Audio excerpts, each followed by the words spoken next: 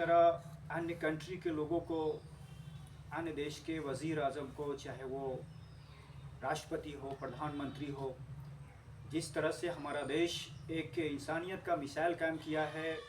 शेख हसीना को पनाह दे करके महफूज रख करके, उस तरह से भाईचारा और अमन का पैगाम हम भारतीयों और हमारे देश के हस्तियों ने एक बहुत बड़ा इतिहास रचा है। और मैं आपको बता दूं कि इस तरह से हमारा देश 154 कंट्री में से एक अकेला इकलौता साबित हुआ है, जो शेख हसीना ये प्रूफ कर दी है कि हम भारत में और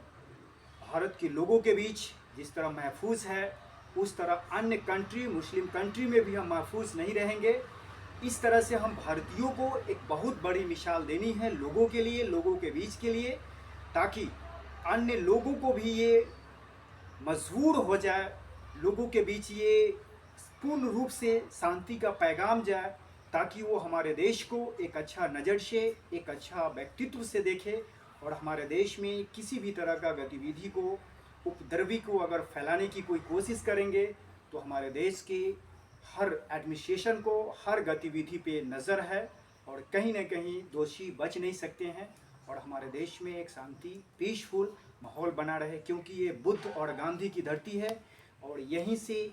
महात्मा बुद्ध ने ज्ञान प्राप्ति किया था और भगवान बुद्ध की कर्मभूमि है, भगवान गौतम बुद्ध की कर्मभूमि और भगवान महावीर का जन्मभूमि है हमारा देश। और भगवान की किसी न किसी तरह से स्थापना हर देश की तरह भारत में भी, चाहे वो रामलला हो या फिर किसी भी तरह की अयोध्या हो या फिर हमारे देश में मथुरा हो, काशी हो, इस तरह से हम लोग अपने देश में एक अच्छा